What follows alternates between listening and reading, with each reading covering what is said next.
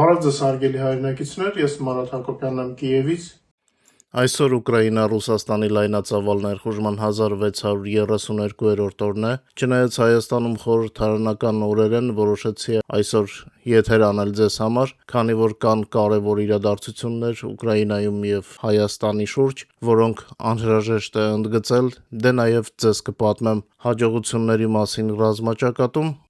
Սկսենք ամենասպասվածից, Ուկրաինայի զինված ուժերը տարեսկզբից ազատագրել են արդեն 745 քառակուսի կիլոմետր տարածք և 26 գյուղ, այս մասին նախօրեին հայտնել է նախագահ Վլադիմիր Զելենսկին, ով նաև հեռախոսազրույց է ունեցել Փաշինյանի հետ։ Նիկոլ Փաշինյանի և Հայաստանի հասցեին Պուտինի նոր սպառնալիքների ֆոնին մեկ օրվա ընթացքում Ուկրաինան երկու անգամ Կրեմլին հասցրել է հիստերիայի, նախ Նովորոսիսկին հասցված աննախադեպ հուժկու հարվածով, իսկ հետո Փաշինյանին ուղղված շնորհավորական զանգով։ Օրերս մամուլում տեղեկություններ հայտնվեցին Պուտինի նոր շանտաժի մասին, հաղորդվում էր, թե իբր մեկամսյա ժամկետ է սահմանվել, որպեսզի Հայաստանը հրաժարվի իր եվրոպական ձգտումներից։ Ես արդեն իմ եթերներում ասել եմ, որ Ուկրաինան ուշադիր հետևում է Ռուսաստանի բոլոր քայլերին և մտադրություններին։ Բարեբախտաբար մենք ունենք աշխարհի լավագույն հետախուզություններից մեկը։ Զելենսկին ընդգծել է Երևանի հետ մշտական երկխոսության կարևորությունը և արձանագրել, որ Ուկրաինայի և Հայաստանի հարաբերությունները ավելի ու ավելի կառուցողական են դառնում։ Զրույցի ընթացքում կողմերը քննարկել են Ուկրաինայի նախագահի Հայաստան կատարած այցի արդյունքները և հետագա համագործակցության առաջնահերթ ուղղությունները։ Բացի այդ, Հայաստանի վարչապետը շնորհավորել է Ուկրաինայի Կիևո-Պեչերյան Լավրայի հիմնադրման 975-ամյակի առթիվ։ Ուկրաինայի առաջնորդը իր երախտագիտությունն է հայտնել շնորհավորանքների համար և նշել այս ամսաթվի կարևորությունը տարածաշրջանի բոլոր քրիստոնյաների համար։ Զրույցի արդյունքներով կողմերը պայմանավորվել են մնալ կապի մեջ։ Զելենսկու և Փաշինյանի հեռախոսազրույցը կայացավ հենց այն պահին, երբ այդ զանգի էֆեկտը եղավ առավելագույնը։ Ռուսաստանում լավ են հասկանում, որ սա պարզապես սովորական հեռախոսազրույց չէր, այլ զրույց ճիշտ ժամանակին և ճիշտ տեղում։ Նրանք հասկանում են, որ Կիևում գիտեն Հայաստանի նկատմամբ Ռուսաստանի բոլոր մտադրությունների և մտահղացումների մասին, հենց այդ պատճառով էլ Զախարովան կատաղել էր։ Շնորհավորանքի բուն փաստը քննարկելու փոխարեն Զախարովան բառացիորեն պայթեց հին նեղվածություններից։ Նա անմիջապես անցավ վիրավորանքների, էմոցիոնալ կերպով մեղադրելով հայ պաշտոնյաներին համարձակության բացակայության մեջ, քանի որ նրանք իբր չէին սաստել Զելենսկուն Երևան կատարած նրա գարնանային այցի ժամանակ։ Մոսկվայում հերթական անգամ միացրել են ոչինչ չենք մոռանա, ոչինչ չենքների ռեժիմը, բայց այս ցուցադրական վիրավորվածությունը ու դավաճանության մասին ճիչերը միայն ընդգծում են Կրեմլի խորը աշխարհաքաղաքական անզորությունը։ Կրեմլը սրընթաց կորցնում է Հարավային Կովկասը և մնում է միայն հրապարակայնորեն Պորտգալ Երևանի վրա, որն ընդամենը ընտրում է իր ազգային շահերը և վերջին ժամանակներով հիմնականում արհամարհելով Ռուսաստանի սպառնալիքներն ու հրահանգները։ Երեկ Facebook-ում ես մի կարճ գրառում արեցի և նշեցի, որ իսկական ընկերը նա է, ով կողքիդ է, երբ դա պետք է։ Հայկական ասացվածք կա, չէ՞, ասում են նեղ օրվա ընկերն է ընկեր։ Ես հիմա չեմ կարող բացահայտել բոլոր մանրամասները, բայց վստահ եմ մեր մշտական լսարանը հասկանում է, թե ինչի մասին է խոսքը։ Հիշենք, թե ինչպես Ուկրաինայի պաշտպանության նախարարության գլխավոր հետախուզության վարչությունը ձախողեց Հայաստան Հյուսիսային Կովկասից նորակոչիկներ բերելու Ռուսաստանի ծրագրերը։ Մոսկվայի նենգ ծրագրերի հրապարակումից հետո Կրեմլը այն ժամանակ նահանջեց։ Իսկ հիշում եք, թե ինչ անհեթեթ պատասխաններ էին հնչում այն ժամանակ Հայաստանի արտգործնախարարության խոսնակի կողմից։ Էլ չեմ խոսում բազմոցային մեկնաբանների մասին, ովքեր իրենց վալերյանկա երևակայելով հանգստացնում էին իբր լսարանին, թե ամեն ինչ նորմալ է, իբր Ռուսաստանը ոչ մեկին ոչ միտեղ չի տանում։ Իհարկե Ռուսաստանը չբերեց ոչ ոքի, բայց Ուկրաինայի կողմից նրանց մտադրությունները աշխարհին հայտնի դարձնելուց հետո Ուկրաինան միշտ զգուշացնում է Հայաստանին վտանգի մասին և Ռուսաստանի մտադրությունները հանրայնացնելով ստիպում է Կրեմլին կանգ առնել և ետ քաշվել։ Զելենսկու և Փաշինյանի հեռախոսազրույցը, որի արտաքին առիթը Հայաստանի Հանրապետության վարչապետի պաշտոնում վերանշանակվելու կապակցությամբ շնորհավորանքն էր, պատահական օր չհնչեց, այլ հենց այն ժամանակ, երբ մեր նախագահը կարևոր համարեց Կրեմլին ցույց տալ, որ Հայաստանն ունի պաշտպաններ, նույնիսկ եթե բուն Հայաստանում դեռ ոչ բոլորն են դա նկատել։ Ռուսական քարոզչությունը մեր հայ հասարակությանը այնքան երկար փորձում էր համոզել, թե մենք ոչ ոքի պետք չենք, որ ցավոք շատերը Հայաստանում հավատացել են դրան։ Ես որպես մարդ, ով ավելի քան 2 տասնամյակ պաշտպանում է Հայաստանի շահերը նրա սահմաններից դուրս, կարող եմ անձամբ հաստատել՝ հայերին սիրում են եւ հարգում են աշխարհում, իսկ ժամանակակից Հայաստանի միակ խնդիրը նրա դաշնակիցներն են՝ Ռուսաստանն ու Իրանը։ Դե ուղղակի անհնար է համատեղել ազնիվ տաղանդավոր աշխատասեր հյուրընկալ հայ ժողովրդին Պուտինյան Ռուսաստանի եւ կրոնական ֆանատիկների կողմից ղեկավարվող Իրանի հետ։ Վերադառնալով Ուկրաինային, ասեմ, որ Փաշինյանը Պուտինյան շանտաժին հակադարձելու համար Ուկրաինայի հետ կապված հաղթաթղթեր ունի, Զելենսկին արեց առաջին քայլը եւ հիմա ես մեծ հույս ունեմ, որ Փաշինյանը կգա Ուկրաինա անկախության օրը Կիև, մանավանդ որ այս տարի Ուկրաինան ամենադժվարին պայմաններում նշում է անկախության վերականգնման 35-ամյակը։ Հայտնի է, որ հենց երկչոտությունն է ոգեշնչում Պուտինին, նա բոլորի հետ է այդպես։ Նա կարծում է, թե իրենից վախենում են, պարզապես պետք է նրան ցույց տալ, որ Հայաստանի ղեկավարը չի վախենում, մանավանդ որ Ուկրաինան ապահովում է անվտանգությունը։ Եթե Զելենսկին եկավ Երևան եւ նրա ինքնաթիռը վայրեջք կատարեց ռուսական ռազմաբազայից ընդամենը 12 կիլոմետր հեռավորության վրա պատերազմի պայմաններում, ապա ինչ է խանգարում Փաշինյանին գալ Կիև, այստեղ միլիոնավոր մարդիկ ապրում են իրենց կյանքով, չնայած Պուտինի մշտական սպառնալիքներին եւ հրետակոծություններին։ Փաշինյանը կարող է ոչ միայն գալ, այլև իլուր աշխարհի հայտարարել Ուկրաինայի տարածքային ամբողջականության ճանաչման մասին, չէ՞ որ նա հանգիստ կարող է ասել. Սերժը Ղրիմի հարցում սխալ էր Պուտինին ուղղված իր շնորհավորանքով։ Եվ ընդհանրապես մենք պետք է նորովի բացահայտենք միմյանց, խոսքս Հայաստանի եւ Ուկրաինայի մասին է, ես նայեցի առևտրաշրջանառության տվյալները, դրանք ընկել են մինչև հնարավոր նվազագույն թվերը։ Պատկերացրեք մի առևտրաշրջանառություն, որը ժամանակին չէր սահմանափակվում $300 միլիոն եւ դեսպանների կողմից նպատակներ էին դրվում հասնել 1 միլիարդի, իսկ այժմ այն հազիվ դրական դինամիկա է ցույց տալիս։ Անցած ողջ 25 թվականին Հայաստանի եւ Ուկրաինայի միջև փոխադարձ առևտրաշրջանառությունը կազմել է մոտ $90-95 միլիոն, իսկ 26 թվականի առաջին կեսին հունվար-հունիս այն արդեն անցել է $69 միլիոն, այսինքն եթե այս տեմպերը պահպանվեն, արդյունքը կգերազանցի անցած տարվա ցուցանիշը, բայց միևնույն է թվերը դեռ աճելու շատ տեղ ունեն, չէ՞ որ ժամանակին Հայաստանի եւ Ուկրաինայի միջև առևտուրը գերազանցում էր $300 միլիոն եւ երկրները լրջորեն ծրագրում էին հասնել 1 միլիարդի, բայց ամեն ինչ փլուզվեց հենց որ Պուտինը ուժով ներքաշեց Երևանը իր մաքսային միություն, Ռուսաստանն անմիջապես արգելափակեց ուկրաինական ապրանքների ուղիղ տարանցումը իր տարածքով եւ ստիպեց Հայաստանին բարձրացնել ներմուծման մաքսատուրքերը, լոգիստիկան կտրեց, առևտուրը արհեստականորեն խեղդեցին եւ կրճատեցին մի քանի անգամ։ Ուստի 26 թվականի ներկայիս աճը սոսկ չոր վիճակագրություն չէ, սա այն է, թե ինչպես է Երևանը հենց հիմա կոտրում Կրեմլի տնտեսական շրջափակումը եւ վերադառնում իր բնական պատմական գործընկերներին։ Ժամանակն է բաց աչքերով նայել աշխարհին, կա եւ լոգիստիկա եւ Եվրոմիությունը, որը պատրաստ է իր սուբսիդիաներով աջակցել լոգիստիկայի հարցում։ Պարզապես պետք է բարձրացնել այդ հարցերը եւ զբաղվել դրանցով։ Ուկրաինայում ցուցահանդեսներ կազմակերպել, օրինակ, կարելի է արևմտյան հատվածում ռազմաճակատից հեռու, եթե մարդիկ վախենում են պատերազմից, կարելի է գործարար համաժողով հրավիրել Ուկրաինայի բոլոր առևտրային ցանցերի եւ լոգիստիկ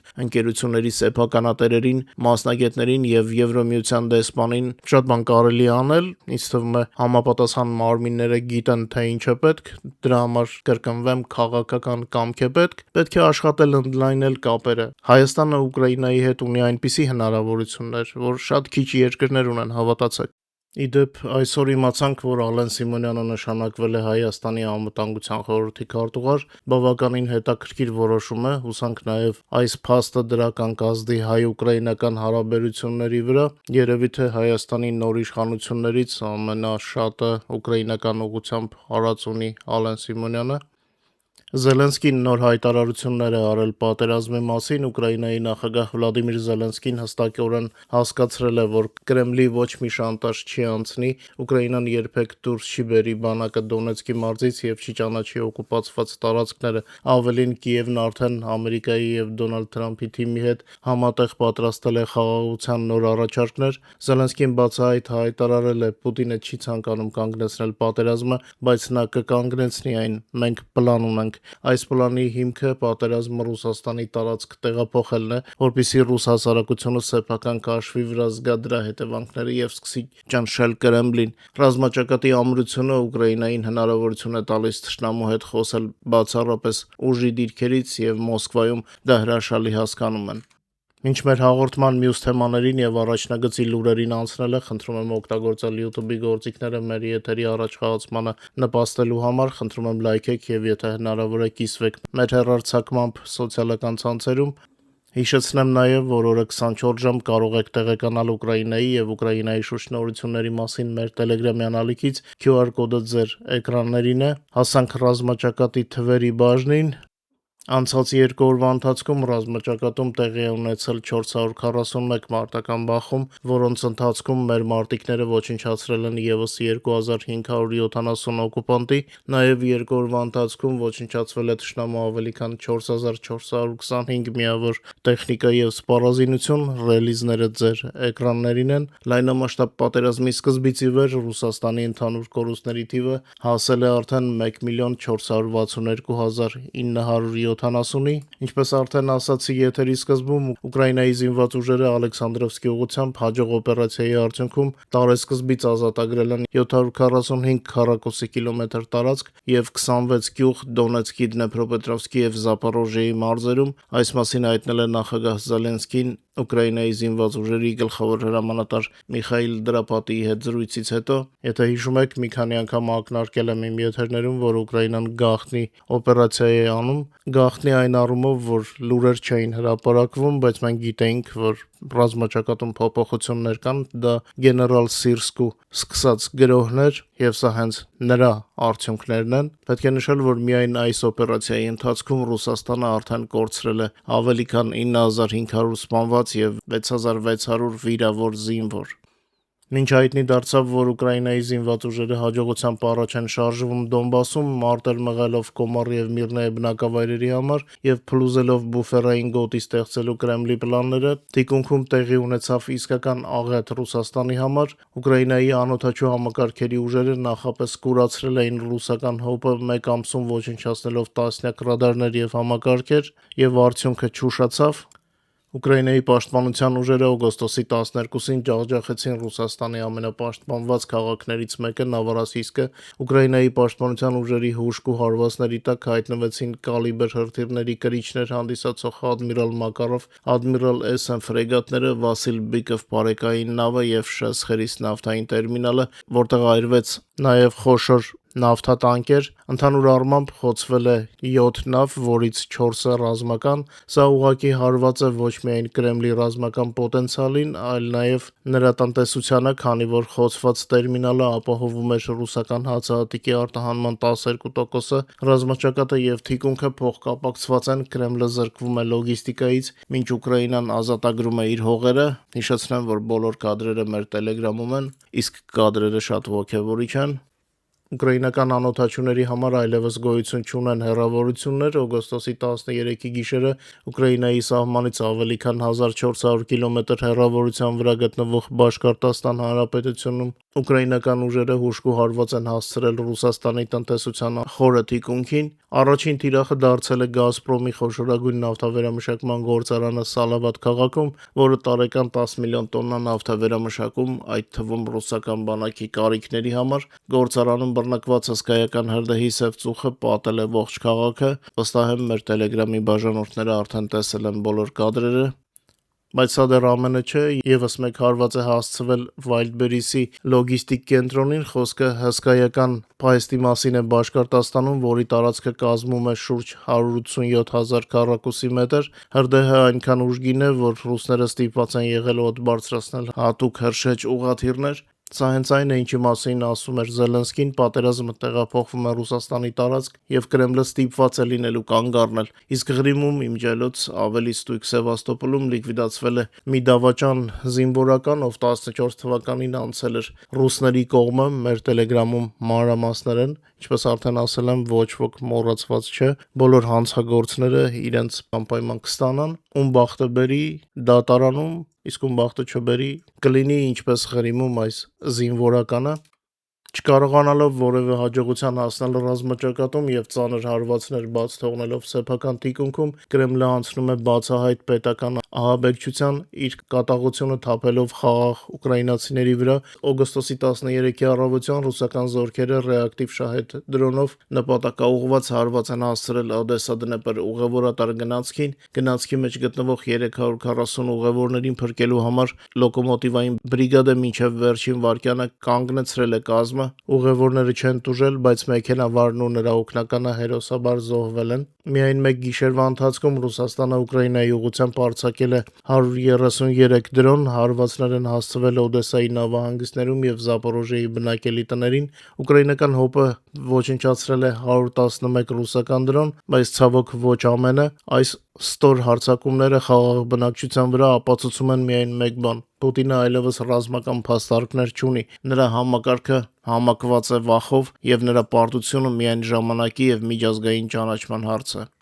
Բայց Կրեմլի համար ամենավատն այն է, որ համակարգը սկսել է փլուզվել արդեն ներսից, ինչպես հայտնում է Times-ը, Վլադիմիր Պուտինը վերջնականապես կորցրել է վստահությունը իր ուժերի նկատմամբ, իսկ Կրեմլը համակված է վախով, քանի որ նրա վարկանիշը ռեկորդային մինչև 66% է ընկել, իսկ ռուսների 62%-ը պահանջում է անհապաղ դադարեցնել պատերազմը եւ անցնել խաղաղ բանակցությունների, եւ հենց այս թուլության ֆոնին ի հայտ է գալիս Չեչնիայի առաջնորդ Ռամզան Կադիրովի թաքուն բունտը։ Հեղինակավոր Էկոնոմիստ պարբերականը բացահայտում է, որ Կադիրովը փաստացի հրաժարվել է զոհաբերել չեչեններին հանուն Պուտինի կայսերական ամբիցիաների։ Չեչնիայի շահերն այլևս չեն համընկնում Մոսկվայի նպատակների հետ։ Կադիրովը թաքցնում է իր իրական ուժերը, Ախմատի կազմում պատերազմի դաշտ է ուղարկում Ռուսաստանի այլ տարածաշրջանների բնակիչներին, իսկ չեչեններին հրահանգված է խնայել իրենց։ Սա հստակ ազդանշան է, երբ Պուտինի թագը տատանվում է, նրա ամենահավատարիմ թվացող դաշնակիցները առաջինն են պատրաստվում նրան թիկունքից հարվածել։ Ինձ թվում է ամենատեսարժան կադրերը ներքին ջլատման դեռ առջևում են։ Այժմ կուզեի նաև այս ալիքով ներկայացնել ձեզ օրերս անալիտիկա ալիքով ներկայացված վերլուծությունը Թուրքիայի նոր դաշինքի ստեղծման առումով եւ այդ դաշինքի ազդեցությունը Հայաստանի վրա, նաև հարցազրույցը Ալեքսանդրա Ֆիլիպենկոյի հետ։ Չգիտեմ ամառն է պատճառը թե YouTube-ի նոր ամուծությունները, բայց անալիտիկայի եթերի մասին կարծես ոչ բոլորն էին իմացել, այդ իսկ պատճառով կուզեի նաև այս ալիքով ներկայացնել եւ վերլուծությունը եւ ամերիկանագետի հետ հարցազրույցը, ովքեր հասցրել են նայել անալիտիկա ալիքով, ասեմ շնորհակալություն, իսկ ովքեր չեն դիտել, համեցեք վայելել կարևոր վերլուծություն եւ հարցազրույց Ալեքսանդրա Ֆիլիպենկոյի հետ։ Քանի որ Հայաստանի սահմանների մոտ ձևավորվել է նոր այսպես կոչված պաշտպանական դաշինք, խոսքը Թուրքիայի, Սաուդյան Արաբիայի եւ Պակիստանի դաշինքի մասին է, մենք շարունակում ենք ուսումնասիրել այս թեման եւ ժամանակի ընթացքում նախատեսում ենք նաեւ ներգրավել միջազգային հարաբերությունների ոլորտի փորձագետների։ Իդեպ նոր դաշնագրի թանակը դեռ չէր հասցրել չորանալ, երբ հութիները փորձության ենթարկեցին նորաստեղծ կառույցը հարձակվելով Սաուդյան Արաբիայի նավթավերամշակման գործարանի վրա, եւ ակնհայտ է, որ սա նոր պաշտպանական բլոկի վերջին փորձությունը չի լինելու, քանի որ դրա մասնակիցները բացի պաշտպանական նպատակներից հետապնդում են նաև տարբեր այլ շահեր։ Թուրքիայի, Սաուդյան Արաբիայի եւ Պակիստանի միջև Մեքքայի համատեղ պաշտպանության համաձայնագրի ստորագրումը միջազգային ասպարեզում վեճերի եւ քննարկումների մեծ ալիք բարձրացրեց։ Սկեպտիկները շտապեցին այդ դաշինքը անվանել ձևական եւ ցուցադրական կառույց, հատկապես այն ֆոնին, որ դաշինքը որևէ հրապարակային արձագանք չտվեց Եմենի հութիների Սաուդյան Արաբիայի նավթավերամշակման գործարանի դեմ իրականացրած վերջին հարձակմանը, սակայն իրականությունը ավելի բարդ է։ Մեր առջև պարզապես պաշտպանական պայմանագիր չէ, այլ լայնածավալ աշխարհաքաղաքական դեմարշ, որտեղ մասնակիցներից յուրաքանչյուրը ունի իր ցինիկ եւ պրագմատիկ խաղը ուղղված համաշխարհային գերտերությունների դեմ, եւ այս ամենը Հայաստանի սահմաններին։ Թուրքիայի համար այս դաշինքը ըստ Էրդողանի Ամերիկայի, Եվրոպայի եւ Իսրայելի առաջ իր գինը բարձրացնելու իդեալական միջոց է։ Տարիներ շարունակ գտնվելով Արևմուտքի պատժամիջոցների եւ Վաշինգտոնի քննադատության ներքո, Անկարան ակնհայտորեն ուզում է ասել, թե իբր մենք այլընտրանք ունենք։ Թուրքիան փաստացի իր վրա է կենտրոնացնում աշխարհի ամենահարուստ տարածաշրջանի անվտանգության հարցը, վաճառելով արաբական աշխարհին իր ռազմարդյունաբերական արտադրանքը եւ ՆԱՏՕ-ի թվաքանակով երկրորդ ամենամեծ բանակի հնարավորությունները։ Միաժամանակ Ռեջեփ Թայիպ Էրդողանը ամրապնդում է իր դիրքերը Իրանի եւ Ռուսաստանի նկատմամբ, ցույց տալով, որ Մերձավոր Արևելքում եւ Կովկասում թուրքական ազդեցության հետ ստիպված են լինելու ել ավելի հաշվի նստել։ Սաուդյան Արաբիայի մոտիվները ավելի քան լուրջ են։ Էր-Ռիադը կոշտ բանակցություններ է վարում Վաշինգտոնի հետ։ Թագաժառանգ Մուհամմադ բին Սալմանը երկար ժամանակ Ամերիկայից պահանջում էր անվտանգության ուղղակի իրավական երաշխիքներ, սակայն Սպիտակ տունը ձգձգում էր որոշումը։ Այս դաշինքի ստեղծմամբ սաուդցիները ճնշում են գործադրում Ամերիկայի վրա, եթե Ամերիկան չպաշտպանի թագավորությունը, ապա դա կանեն թուրքական բանակը եւ Պակիստանի միջուկային հովանոցի մասին ակնարկները, չնայած համաձայնագրում դրա մասին խոսք չկա։ Փորձել են միջուկային թեման շրջանցել, Բացի այդ, սա նաեւ ապահովագրությունը Չինաստանի դեմ։ Պեկինը Սաուդյան նավթի գլխավոր գնորդն է, սակայն միաժամանակ բարեկամական հարաբերություններ ունի Իրանի հետ։ Սաուդցիները հասկանում են, որ մեծ պատերազմի դեպքում Չինաստանը չի գնա Իրանի դեմ պատերազմելու, ուստի նրանց անհրաժեշտ էր ուժեղ սուննիական ռազմական հակակշիռ։ Այս եռյակում Պակիստանը լուծում է սեփական գոյատևման խնդիրները։ Արժույթի միջազգային հիմնադրամին եւ նույն Չինաստանին ունեցած պարտքերի մեջ խրված Իսլամաբադը դրամայնացնում է միջուկային կարգավիճակը, այսինքն ատոմային ռումբի կապիտալիզացում է տեղի ունենում։ Ռազմական երաշխիքների դիմաց Պակիստանը Սաուդյան Արաբիայից ստանում է միլիարդավոր դոլարների ուղղակի ներդրումներ, նվազեցնելով Պեկինից իր բացարձակ տնտեսական կախվածությունը։ Բացի այդ, սա հզոր ազդանշան է Հնդկաստանին։ Նյու Դելին ակտիվորեն զարգացնում է իր կապերը Մերձավոր Արևելքում, սակայն Պակիստանի ներգրավումը Մեքքայի դաշինքում փակում է այս տարածաշրջանը հնդկական ռազմական ազդեցության համար, ինչը չի կարող ազդեցություն չունենալ նաև Հայաստանի վրա։ Այսպիսով, հութիների հարձակումից հետո բարձրաձայն հայտարարությունների բացակայությունը ոչ թե թուլության, այլ դիվանագիտական զգուշավոր դրսևորում է։ Դաշինքը ստեղծվել է ոչ թե առանձին դրոնների դեմ պայքարելու, չնայած ինձ թվում է դրան էլ կհասնի, այլ համաշխարհային խաղացողների ռազմավարական զսպման գործիք լինելու համար։ Սա Վաշինգտոնի, Պեկինի եւ Նյու Դելիի հետ բարձրացակ քաղաքական սակարկություն է, որտեղ երեք երկրներից յուրաքանչյուրը փորձում է իր համար առավելագույն զիջումները կորձել համաշխարհային հսկաներից։ Վերադառնալով հուսիտներին, պետք է նշել, որ չնայած հանրային դաշտում տիրող լռությանը, կուլիսներում կոորդինացումը արդեն ընթանում էր։ Սաուդյան հատուկ ծառայությունները Իրաքի հատուկ ծառայությունների հետ համատեղ հենց հարձակման նախօրեին Իրաքում հայտնաբերել եւ վնասազերծել են իրանամետ կազմավորումների մի բջիջ, որը պլանավորում էր 12 ծանր Շահեդ 107 դրոն կամիկաձեների կիրառմամբ սինխրոն զանգվածային հարված հասցնել Սաուդյան Արաբիային։ Սաուդյան հատուկ ծառայությունները կարողացան այդքան արագ գործել Իրաքի տարածքում մեծ մասամբ թուրքական հետախուզության տվյալների եւ կապի ընդհանուր անցուղիների շնորհիվ, որոնք գործարկվեցին պակտի ստորագրումից անմիջապես հետո։ Թուրքիան օգնեց սաուդցիներին թիրախավորել Իրաքում գտնվող նպատակակետերը, իսկ սաուդցիները արդեն իրաքյան ուժայինների հետ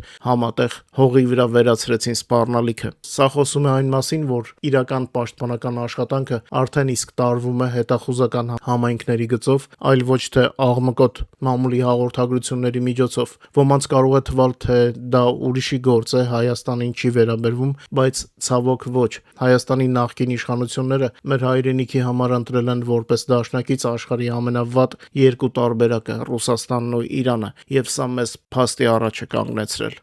Փորձենք հասկանալ նոր դասավորությունը Հայաստանի համար ինչ է իրականում։ Թուրքիայի, Սաուդյան Արաբիայի եւ Պակիստանի Մեքքայական պակտը արմատապես փոխում է ուժերի հավասարակշռությունը եւ Հայաստանին զրկում մանևրելու հնարավորությունից, չնայած այդ հնարավորությունները այնքան էլ շատ չէին, բայց նաեւ ստեղծում է նոր որոշումներ կայացնելու հնարավորություններ։ Հարավային Կովկասում սեփական ազդեցությունը ուժեղացնելու Մոսկվայի, Անկարայի եւ Բաքվի փորձերը Երևանին մտցնում են ռազմավարական փակուղի, սակայն այս ճգնաժամը հստակ ցույց է տալիս, որ տարածաշրջանում հին բաղադրատոմսերը այլևս չեն գործում եւ պետք է փորձել նորերը։ 26 թվականին հույսը Իրանի եւ այդ Իրանի իսլամական հեղափոխության պահապանների քսիրի վրա դնելը Հայաստանի կողմից դա մեկուսացման ճանապարհ է։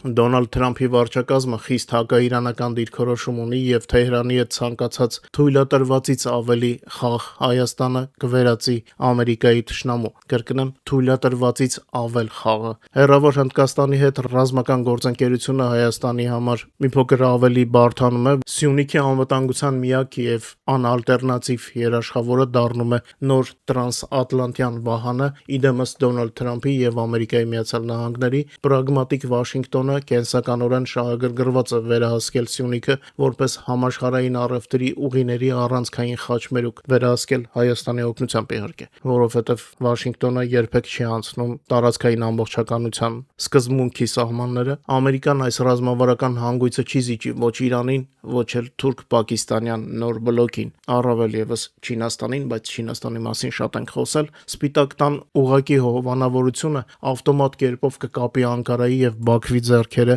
քանի որ Մեքքայի պակտի եւ ոչ մի մասնակից ռիսկի չի դիմի գնալ Թրամփի հետ կոնֆլիկտի։ Հայաստանի համար կտրուկ շրջադարձը դեպի Ամերիկա եւ Եվրոպա միակ քաղաքակիրթ, ոչ շատ հեշտ, բայց հնարավոր տարբերակն է, որն ընդունակ է փրկել մեր հայրենիքի ինքնիշխանությունը եւ ստեղծված իրավիճակը փակուղուց վերածել նպաստավոր դիրքի, բայց այս ամենի համար քաղաքական կամք է պետք է իհարկե։ Հուսանք, որ Երևանում նման կամք կգտնվի, այնպես չէ, որ սա աշխարհի վերջն է, նույն Թուրքիան եւ Ադրբեջանը շարունակվում են հալածվել տարբեր հնարավոր առիթներով Արևմուտքի կողմից եւ այս քայլով Էրդողանը չեմ կարծում, որ մեղմում է վերաբերմունքը իր հանդեպ։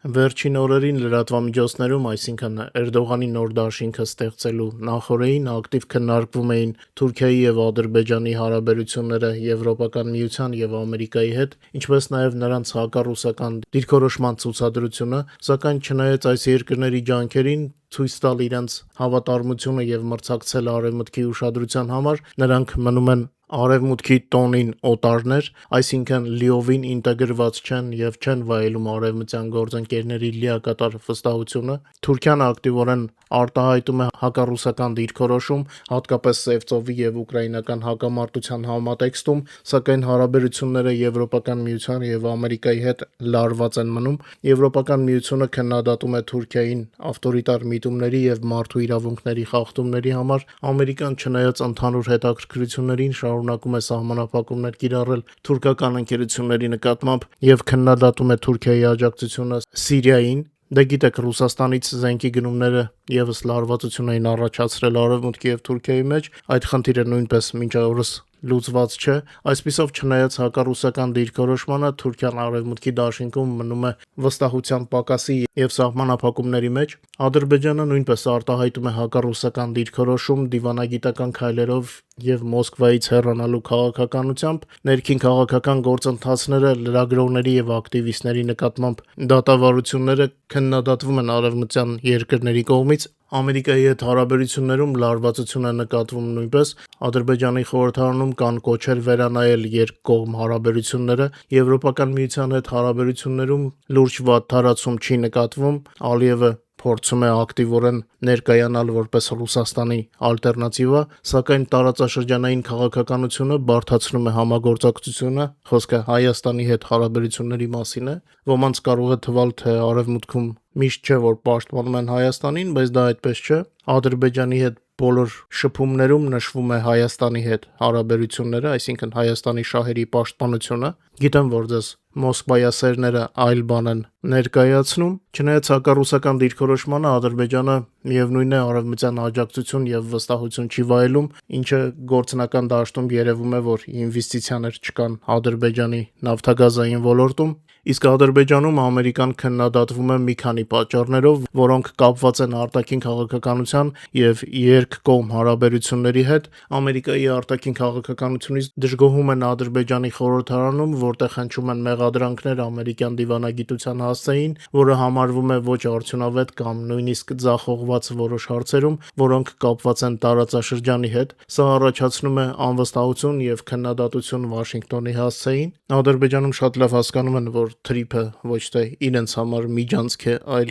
կողպեք։ Զինվորական օգնության եւ չնայած նրան, որ Ամերիկան զինվորական օգնություն է ցուցաբերում Ադրբեջանին, սակայն միևնույն ժամանակ փորձում է ազդել երկրի քաղաքականության վրա, ինչը Բաքվում ընկալվում է որպես ճնշում եւ միջամտություն ներքին գործերին, դե հիշում եք Կասպից ծովի այն կացերները, որ վաճառել էին ամերիկացիները, սա համարվում է ռազմական օգնություն, միաժամանակ տեղի ունենում հետաքրքրությունների հավասարակշռություն եւ ճնշում, Ադրբեջանը փորձում է հավասարակշռել տարբեր աշխարհակաղակական խաղացողների միջև, այդ թվում Ռուսաստանի եւ Արևմուտքի, ամերիկյան քաղաքականությունը երբեմն ընկալվում է որպես Ադրբեջանի ազատ մանևրի սահմանափակման փորձ, ինչը առաջացնում է նյարդայնություն Բաքվում, ինչը ինձ թվում է Երևանում պետք է ոգևորություն առաջացնի, երկակի ստանդարտների մեղադրանքներ կան Ամերիկայի հասցեին Ադրբեջանից, կա կարծիք, որ Ամերիկան աջակցում է Ադրբեջանին ոչ միշտ հետևողականորեն եւ իր ռազմավարության շահերի շրջանակում, ինչը առաջացնում է դժգոհություն տեղական քաղաքական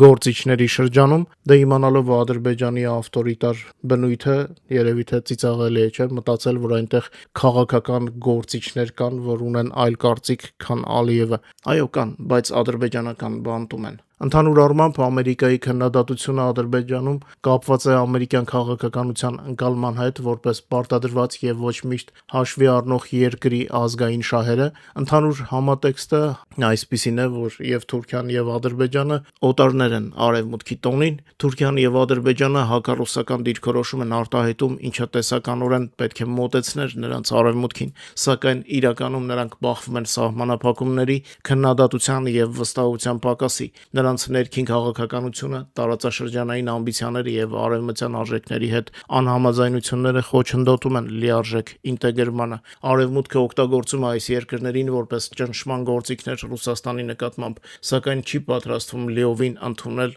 եւ վստահել նրանց։ Արդյունքում Թուրքիան եւ Ադրբեջանը մնում են արևմուտքի տոնին օտարներ, երևի թե շատ եմ կրկնում այս բառակապակցությունը, որոնք փորձում են ցույց տալ հավատարմություն, բայց չեն ստանում լիարժեք ճանաչում եւ աջակցություն։ Եվ փաստացի ունենք մի վիճակ, որ Թուրքիայի եւ Ադրբեջանի հակառուսական հռետորաբանությունը միայն արտաքին քաղաքականության մի մաս է, որը նպատակ ունի բարելավել հարաբերությունները արևմուտքի հետ, սակայն ներքին խնդիրները, տարածաշրջանային ամբիցիաները եւ արևմտյան կողմի անվստահությունը նրանց դնում է արևմուտքի համար օտարների կարգավիճակում, սա ընդգծում է ժամանակակից միջազգային հարաբերությունների բարդությունն ու բազմաշերտությունը, որտեղ հռետորաբանությունը եւ իրական շահերը հաճախ չեն համընկնում։ Եւ դեռ պարզ չէ նոր դաշինք ստեղծելով Թուրքիան, ավելի ճիշտ Էրդողանը, իր վիճակը ավելի կբարդացնի արևմուտքի հետ, թե ոչ։ Հիմա իմիջիայլոց նաև շատ հետաքրքիր է, թե ինչ պետք է անի Ալիևը Թուրքիայի ստեղծած նոր դաշինքի ֆոնին։ Այնպես որ, ինչպես ասում են, այս խմորը դեռ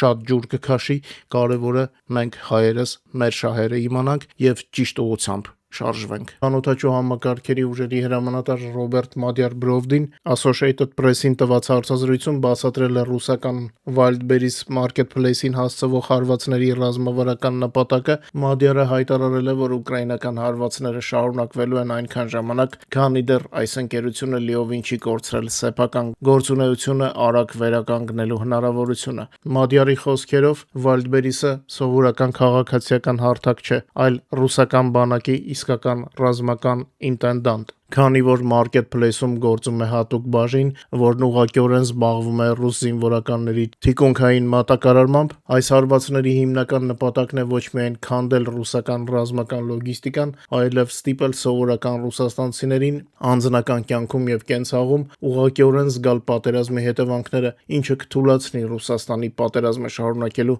ներքին ցանկությունն ու կարողությունը։ Մադյարը նշել է, որ Wildberries-ի հասանելիության կորուստը ռուսների համար հավասարազոր է սոցցանցերի արգելափակմանը, քանի որ այն դարձել է նրանց կենցաղային առօրյայի անբաժանելի մասը։ Այս պահի դրությամբ Wildberries-ը արդեն անդառնալիորեն կորցրել է իր լոգիստիկ հզորությունների 20%-ից ավելը, լիովին մոխրացել է 8 խոշորագույն լոգիստիկ հաբ, իսկ վաճառողների կրած ընդհանուր վնասը կազմում է շուրջ 280 միլիարդ ռուբլի, ինչը մոտավորապես 3.5 միլիարդ դոլար է։ Սա ընկերության բիզնես մոդելը կանգնեցրել է ֆինանսական կատարյալ կռախի եւ սնանկացման եզրին, բայց ինչպես ասաց Մադյարը, հարվածները շարունակվելու են։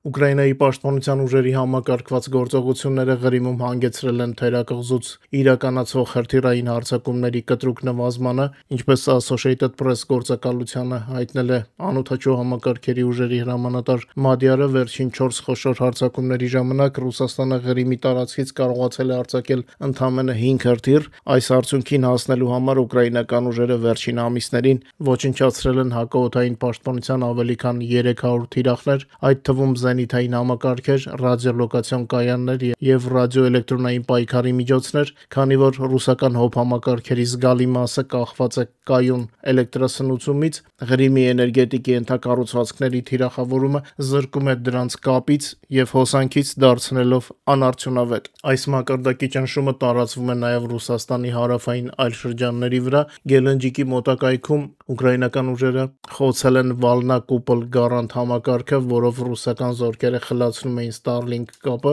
Այս համակարգի շարքից դուրսբերումից անմիջապես հետո դրանից 500 մետր հեռավորության վրա գտնվող և առանց պաշտպանության մնացած այս 400 ժամանակակից զենիթահրթիռային համալիրը նույնպես ոչնչացվել է։ Սա նշանակում է, որ Գելնջիկում գտնվող Վլադիմիր Պուտինի նստավայրի մոտակայքում հոբ համակարգի լուրջ բացվածք է առաջացել։ Ռազմավարական թիկունքին հասցվող հարվածները ունեն նաև ոչ հրապարակային, բայց խորը լոգիստիկ հետևանքներ։ Օկուպացված Մարիուպոլի շրջանում ռուսական կողմը փորձում է արագացված տեմպերով շրջանցիկ ճանապարհ կառուցել տրանսպորտային միջանցքի խոցելիությունը նվազեցնելու համար, սակայն, ինչպես նշում է քաղաքական գործիչ Պյոտր Անդրյուշչենկոն, մշտական հարվածների վտանգի պատճառով ռուսաստանցի բազմաթիվ վարորդներ հրաժարվում են աշխատել այդ երթուղիներում, ինչի հետևանքով շինարարական ընկերությունները չեն կարողանում անձնակազմ գտնել, իսկ լոգիստիկայի ապահովման ծախսերը կտրուկ աճում են։ Այս ամենը ուղիղ ազդեցություն է թողնում Ռուսաստանի ներքաղաքական տրամադրությունների վրա։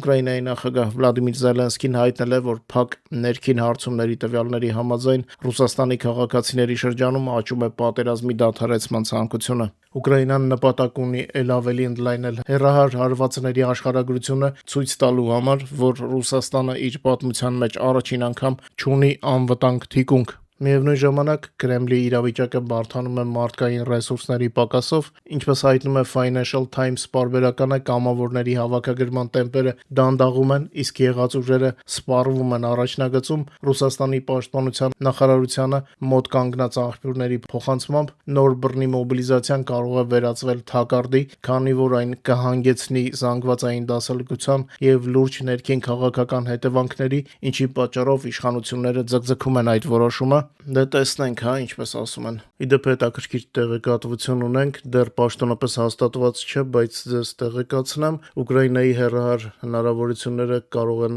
էլ ավելի ընդլայնվել բալիստիկ հրթիռների առումով։ Defense Express պարբերականի փոխանցմամբ Թուրքիան Ամերիկայի Միացյալ Նահանգների միջնորդությամբ Ուկրաինային 70 միավոր ատակամս բալիստիկ հրթիռներ և M270 MLRS համակարգեր վաճառելուց բացի դիտարկում է նաև սեփական արտադրության Խան բալիստիկ հրթիռների հնարավոր մատակարարումը։ Այս հրթիռները հանդիսանում են ամերիկյան ատակամսի անալոգները, ունեն մինչև 280 կիլոմետր հեռահարություն, սակայն օժտված են ավելի հզոր 470 կիլոգրամանոց մարտական մասով, ինչը զգալիորեն կբարձրացնի ուկրաինական հարվածների արդյունավետությունը ճակատային գծում և մոտակա թիկունքում։ Ասեք, որ հետաքրքիր կլինի թուրքական հրթիռներով խոցել Ռուսաստանը։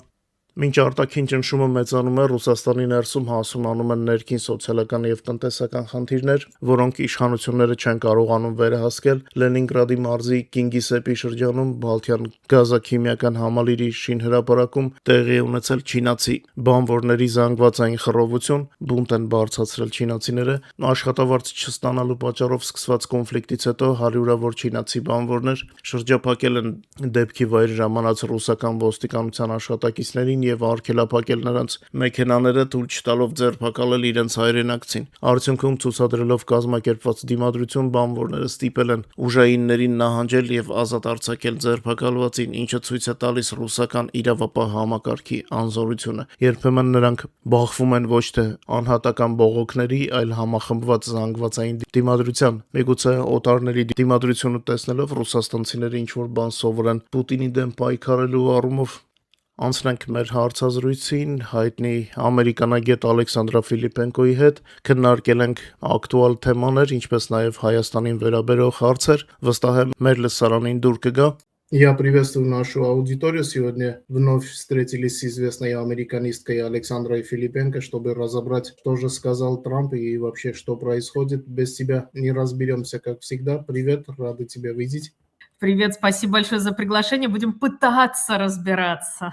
Риторика Трампа снова изменилась от непредоставления Украине лицензий на производство оружия до редкоземельных металлов. Американские СМИ, конгрессмены, сенаторы начали разные версии выдвигать. И как причину вплоть до Нетаньяху дошли вопросы патриотов и призывают Трампа поддержать Украину в вопросе лицензий для производства противоракет для систем Patriot. Что происходит на самом деле и что ты знаешь о недавнем предложении Зеленского, когда он встречался с Трампом, о предоставлении данных по поводу российских мест базирования баллистики? Вот давай попробуем разобраться. Да, разбираться тут надо с целым клубком, вообще с целой запутанной историей, потому что здесь очень много игроков. Попробуем их обозначить. Есть старинная, известная компания Lockheed Martin, с руководством которой встречался Владимир Зеленский. Производство Patriot, производство ракет, такие старая, добрая военная компания. Есть новые интересанты, включая Илона Маска с его SpaceX, включая людей, близких к Дональду Трампу, Палантиры, разные другие компании, которые сейчас пытаются всячески доказать, что они не хуже Боингов и Локхид Мартинов. Разные компании военные тоже, которые заинтересованы в новых технологиях и которые стараются разрабатывать эти новые технологии. Старые военные компании, которые производят танки, которые производят такие тяжелые виды вооружений, они не хотят уходить с авансцены военной, а война сейчас совершенно по-другому ведется. Мы давно уже все говорим, не будучи даже военными специалистами, но прислушиваясь к хорошим военным специалистам, мы понимаем, война совершенно изменилась. Это новая война, это не война старых танков, то есть, ну, да, может быть, они супер новые, но в действительности это война дронов, это война воздуха, это война совершенно новых технологий. И вот эти новые компании заинтересованы в том, чтобы, так сказать, зайти на этот рынок полностью. Есть Саудовская Аравия и страны Персидского залива, очень близкие союзники Дональда Трампа, близкие люди Дональду Трампу, у которых тоже свои интересы в производстве вооружений в Европе. Им нужны тоже Patriot ракеты, потому что Иран, нужно сказать, постоянно им угрожает и напоминает, что американцы-то, может, уйдут в любой момент, а Иран с ракетами останется. Так что Patriot нужны и странам Персидского залива. Есть Джаред Кушнер, в которого вкладываются в том числе страны Персидского залива. Очень-очень много интересантов, очень много групп интересов. Но над этим всем давлеет еще один игрок, а именно Китай. И страх передачи технологий, новейших технологий, в связи со страхом, получением Китаем этих технологий, тоже как тень на все ложится. Так что огромное количество, целый клубок интересов, который закручивается, и, конечно же, усложняет как раз получение лицензий, усложняет получение ракет и так далее. Но мне кажется, что, как всегда, Китай маячит, Си Цзиньпин, как всегда, маячит. Вообще, пару недель назад, буквально в Брюсселе же была задержана сотрудница некая Североатлантического альянса,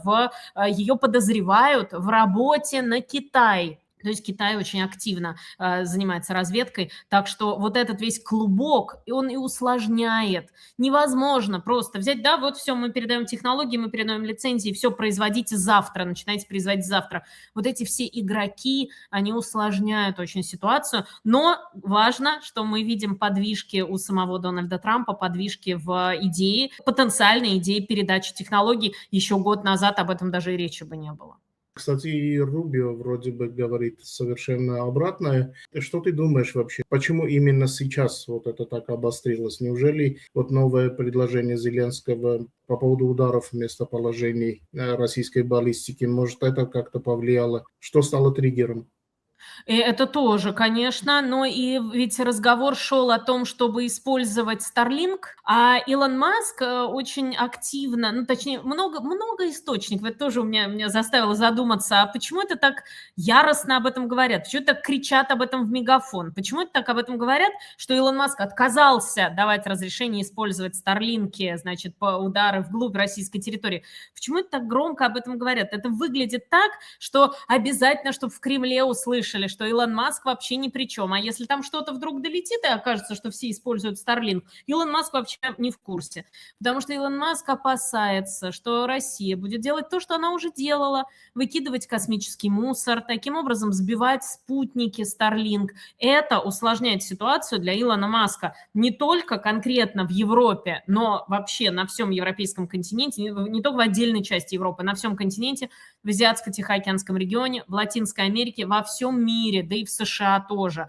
Поэтому в целом для Илона Маска ему важно было сыграть вот этого плохого полицейского, сказать, что ни в коем случае нет, ничего, значит, мы не дадим. А предложения – это те самые новые предложения, про которые говорил Марко Рубио. Потому что ничего же нового Россия не предлагает. Марко Рубио сказал, нам нужны новые предложения после встречи с Лавровым. То, что Лавров толдычит одно и то же. Вот эти все первопричины, вот это вот все. Поэтому кажется, что действительно, да, это те самые новые предложения. Да, еще интригует, что Рубио говорит о новых мирных инициативах. Он говорит, что посмотрим, что думают российские власти после интенсификации украинских ударов по России. Может, ждут реакции, что если опять сейчас Россия что-то не так будет договариваться, может, в этом случае сейчас какие-то технические выяснения отношений идет. Да? Вот такое впечатление складывается. Оно верно или ошибочно? Мне кажется, абсолютно верно. Именно что выяснение, ведь Путин все время, значит, рассказывал про красные линии. Красные линии, удары, там-то, это, значит, видимо, красные линии. Уже Курск был, уже был захват Курской области. Какие дальше красные линии еще куда могут быть? Вот, значит, уже Вайлдберрис горят. Вайлдберрис близкие, так близкие к Кремлю. Вайлдберрис так близкие к Вайна, так близкие к Керимову. А вот, значит, уже это горит. Понятное дело, НПЗ. Вот все это. Да, американская сторона видит, что Россия выпускает рекордное количество ракет по Украине в июле. Да, это именно так. То есть Россия продолжает производить большое количество баллистических ракет, которые и наносят максимальный ущерб, потому что дроны научились сбивать. Все можно сбивать, но вот только единственное вот эти баллистические ракеты. Поэтому, конечно, американская сторона смотрит, пытается оценить, каким образом дальше будет Россия действовать, что дальше будет Россия просить, насколько Китай за этим всем стоит. К сожалению, неприятная новость в заявлении Владимира Зеленского о том, что Северная Корея предоставит снова десятки тысяч военнослужащих для участия в войне в Украине. Она неприятная даже не только потому, что больше людей придут убивать украинцев, пойдут убивать украинцев. Она неприятная, потому что Пхеньян при всей своей смелости все-таки без Пекина, без либо равнодушного согласия, молчаливого согласия, либо без подбадривания от Пекина вряд ли бы стал действовать. Если бы Пекин сильно не хотел того, чтобы Пхеньян предоставлял эти десятки тысяч военнослужащих России, то вряд ли Пхеньян бы это делал. Значит, Китай все-таки готов вот так хотя бы молчаливо продолжать поддерживать Россию. Немного о другой теме. Трамп в Турции пообещал F-35, но последовавшие заявления из США говорят об обратном. Там условия есть, которые Турция не выполняет. Трамп просто подбодрил Эрдогана без последствий или все же может дать F-35? Трамп, конечно, умелец обещать много чего интересного. Он же обещал, значит, и Патриот, и лицензии, сказал, что, значит, да, мы готовы предоставить лицензии, а потом сказал Владимиру Зеленскому, ну, правда, мы не сообщили компании-производителю, но это как-нибудь само собой уляжется. Ну, вот такие были заявления Дональда Трампа в Анкаре, действительно, ну, собственно, довольно-таки смелые, как всегда. Для Дональда Трампа все-таки история держать Нетаньяху в напряжении – это одна из составляющих вот отношений с Турцией. Турция очень внимательно следит за падением американского общественного мнения, падением поддержки Израиля в американском общественном мнении. В целом, нормализация отношений Израиля со странами региона – это для Дональда Трампа потенциальное президентское наследие. Так что, кажется, Дональд Трамп держит эти F-35 ровно как такую вот гирьку в балансе сил Израиль-Турция, Израиль-Турция, Израиль-Турция. И, конечно, с одной стороны, Дональд Трамп хочет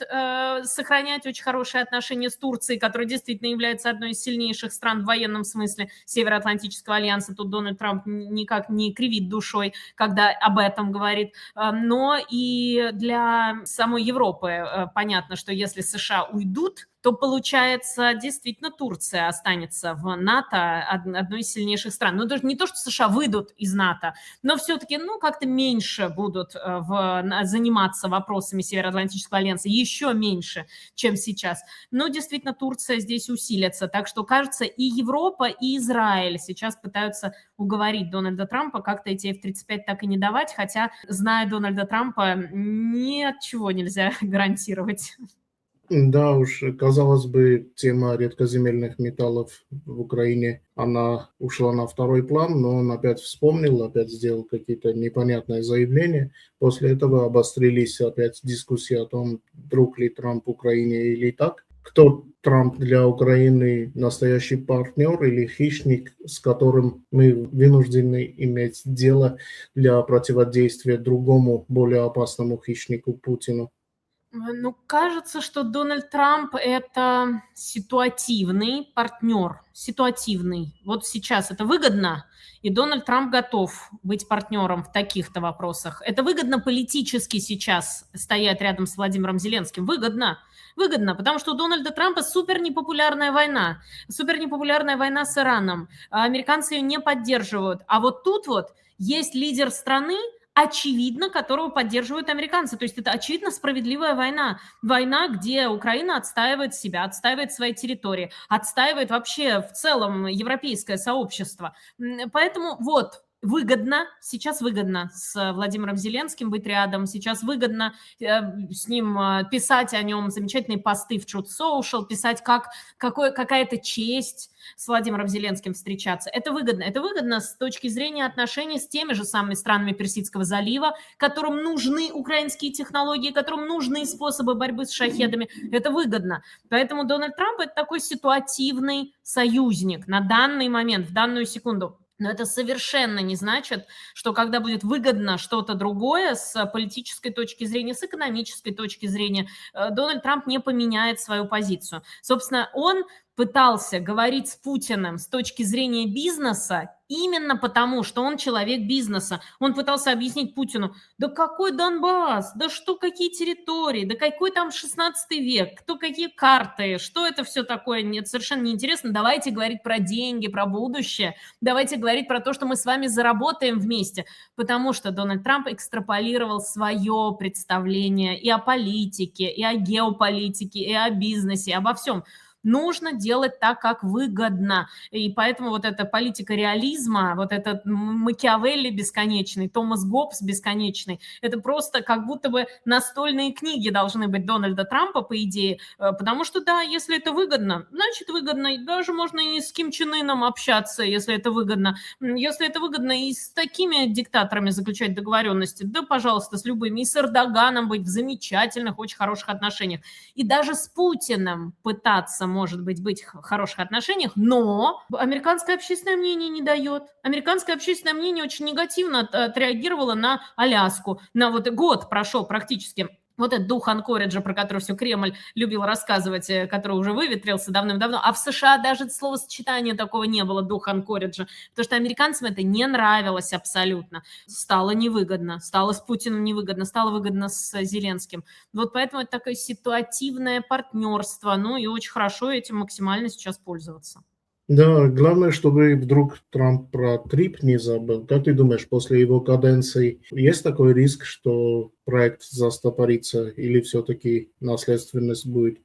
А тут есть интересы очень большие другие. Тут даже вот удивительным образом по поводу трипа я вообще не ну, то есть у меня вот такое впечатление, что это Дональду Трампу из Госдепа донесли, потому что они поняли, можно сейчас занять пространство, как газ распространится в пространстве, из которого ушла Россия, чтобы Китай только не занял, потому что Китай чуть что, он здесь, он везде будет абсолютно. И поэтому, нет, тут вот дело Госдепа, тут дело заинтересованности долгосрочной. И это интерес как раз заключается в том, чтобы не дать Китаю распространиться. Россия вакуум оставила, пожалуйста, тут же туда зайти. Так что вот это как раз не связано с Дональдом Трампом. Гренландия, Арктика, вот это все заглохнет, я думаю, очень-очень быстро. А вот что касается трипа, что касается Кубы, Венесуэлы, вот Латинской Америки, это связано с удержанием, скажем так, Китая. Так что я думаю, что совсем не заглохнет.